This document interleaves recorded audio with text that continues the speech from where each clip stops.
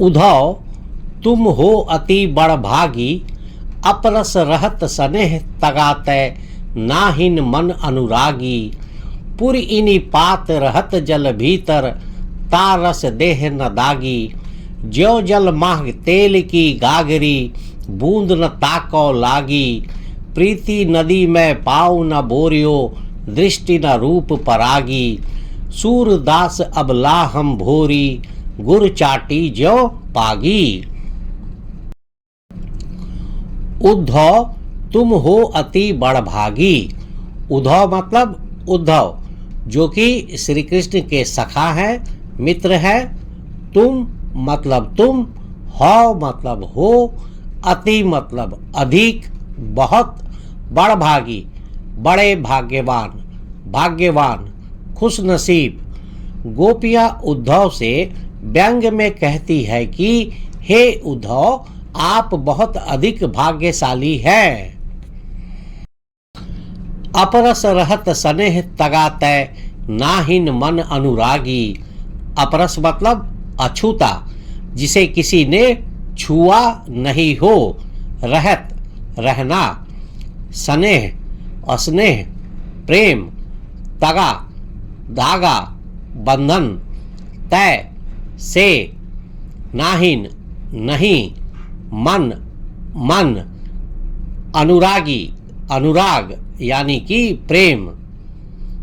गोपियाँ कहती है, आपने भगवान श्री कृष्ण के साथ समय बिताया, साथ रहे, लेकिन फिर भी उनके प्रेम के बंधन से दूर रहे। आपके मन में उनके लिए अनुराग या प्रेम नहीं जागा। पूरी निपात रहत जल भीतर, तारस देह न दागी। पुरइनी कमल का, पात पत्ता, पुरइनी पात कमल का पत्ता।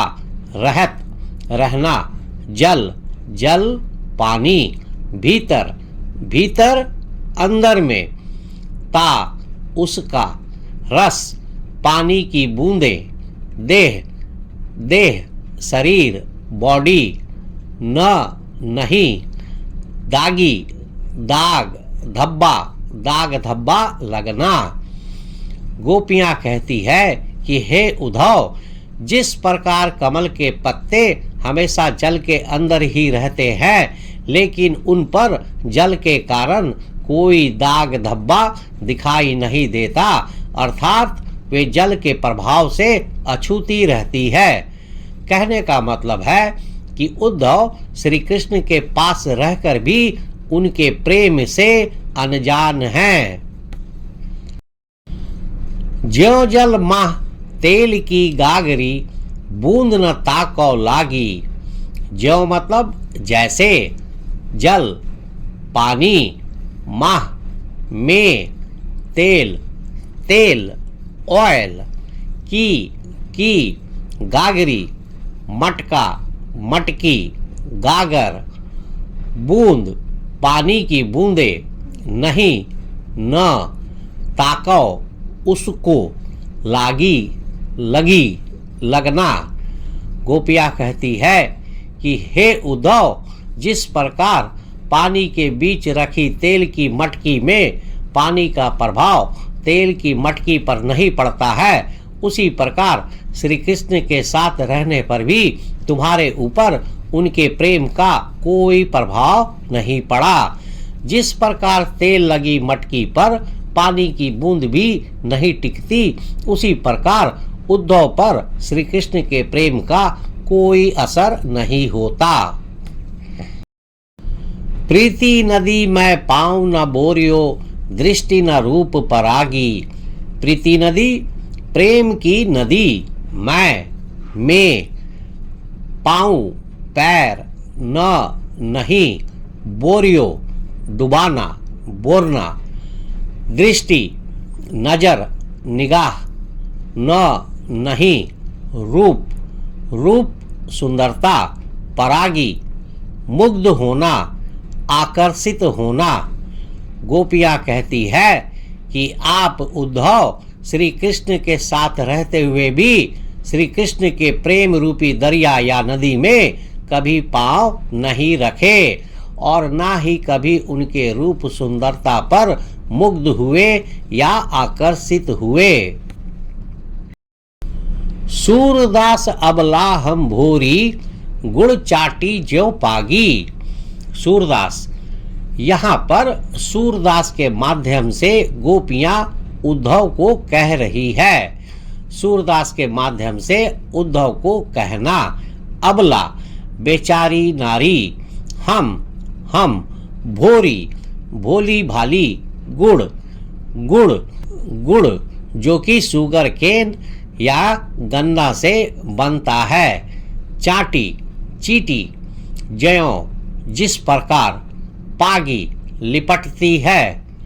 गोपियां खुद को अभागिन अबला नारी समझती है। जिस प्रकार चीटियां गुड़ से चिपक जाती है, ठीक उसी प्रकार गोपियां भी श्री कृष्ण के प्रेम में बंध गई है। यहाँ वह उद्धव के प्रति संतोष भी व्यक्त कर रही है कि उद्धव कितने भाग्यशाली हैं कि वे श्री कृष्ण रूपी मिठास के पास होने पर भी उनके प्रेम में नहीं पड़े हैं, फंस गए हैं, जबकि गोपियां श्री कृष्ण के प्रेम में बंध गई है, फंस गई है और निकल नहीं पा रही है। इम्पोर्टेंट, यहाँ गोपियां सूरदास के माध्यम से उद्धव को कह रही है। व्याख्या। प्रस्तुत पद में गोपियां उद्धव से व्यंग में कहती है कि हे उद्धव, आप बहुत अधिक भाग्यशाली हैं। आपने भगवान श्री कृष्ण के साथ समय बिताया, लेकिन फिर भी उनके प्रेम के बंधन से दूर रहे। आपके मन में उनके लिए अनुराग यानी कि प्रेम नहीं जागा। जिस प्रकार कमल के पत्ते हमेशा जल के अंदर ही रहते हैं, लेकिन उन पर जल के कारण कोई दाग धब्बा दिखाई नहीं देता, अर्थात वे जल के प्रभाव से अछूती रहती है।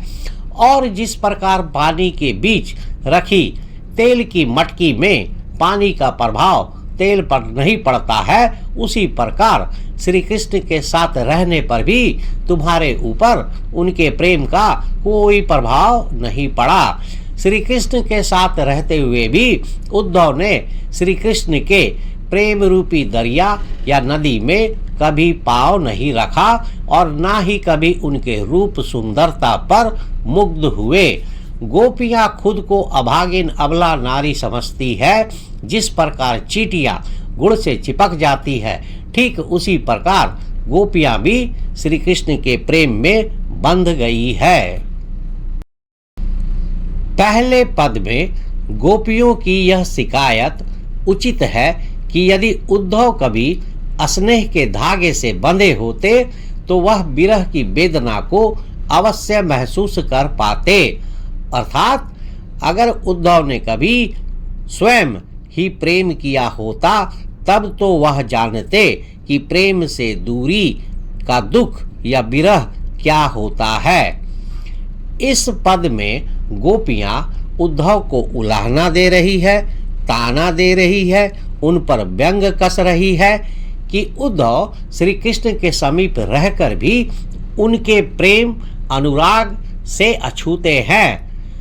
उद्धव श्री कृष्ण के समीप रहकर भी उनसे प्रेम अनुराग नहीं करते हैं, जबकि गोपियां श्री कृष्ण से दूर रहकर भी उनसे बहुत प्रेम करती है। इस प्रकार पहले पद का सार क्या है, समरी क्या है कि गोपियां उद्धव को उलाहना दे रही है, ताना मार रही है, उस पर व्यंग कस रही है कि हे उद्धव, तुम श्री कृष्ण के इतने समीप होने पर भी उनसे प्यार नहीं करते हो, उनसे प्रेम नहीं करते हो, उन पर किसी प्रकार से अनुराग नहीं है। और हम लोगों को देखो, हम लोग श्री कृष्ण से कितना दूर हैं और फिर भी हम लोग उनसे कितना प्रेम करते हैं।